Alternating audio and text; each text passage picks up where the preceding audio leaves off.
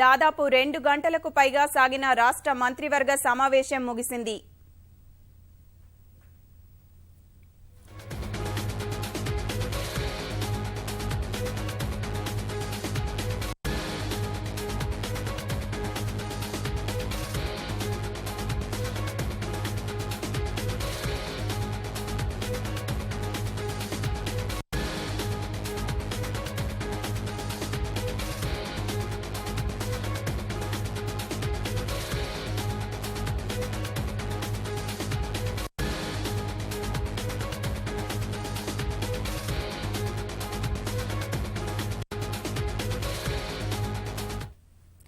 దాదాపు 2 గంటలకు పైగా సాగిన రాష్ట్ర మంత్రివర్గ సమావేశం ముగిసింది. దీనికి సంబంధించిన తాజా సమాచారం మా ప్రతినిధి సుధాకర్ను అడిగి తెలుసుకుందాం.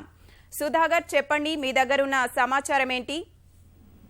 దాదాపు 2 గంటల పాటు రాష్ట్ర కేబినెట్ సచివాలయంలో సమావేశమై బడ్జెట్ కు సంబంధించిన అంశాల మీద ప్రధానంగా చర్చ జరిగింది. 10వ తేదీ నుంచి బడ్జెట్ కు సంబంధించిన నోటిఫికేషన్ కూడా విడుదలవడం మనకు తెలిసిన విషయమే. అయితే బడ్జెట్ స్వరూప స్వభావాలు, శాఖల కేటాయింపు, అదేవిధంగా ఈ ఆర్థిక సంవత్సరంలో బడ్జెట్ లో ఏ విధమైనటువంటి ప్రాధాన్యత అంశాలను తీసుకురావాలన్న దాని మీద ముఖ్యమంత్రి కేసీఆర్ ప్రధానంగా రాష్ట్ర మంత్రులతో చర్చించినట్లు సమాచారం. దాని మీద ఒక వ్యూహాన్ని కూడా వారు ఖరారు చేశారు. ఇది అదే రీతిగా బడ్జెట్ కు సంబంధించి ఉభయ సభల్లో గవర్నర్ ప్రసంగించాల్సింది. దానికి సంబంధించిన ప్రసంగానికి ఆమోద ముద్ర కూడా కేబినెట్ వేసింది. దీంతో పాటు ఒక 2-3 కీలకమైన నిర్ణయాలు తీసుకున్నట్లు సమాచారం.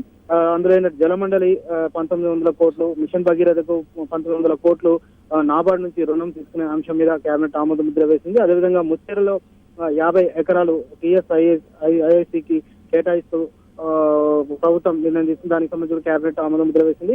ఇంకా కొన్ని అంశాలు చర్చకు వచ్చినట్టు సమాచారం. అయితే ప్రధానంగా బడ్జెట్ కు సంబంధించిన అంశం మీద ప్రధానంగా చర్చ జరిగినట్టు తెలుస్తుంది.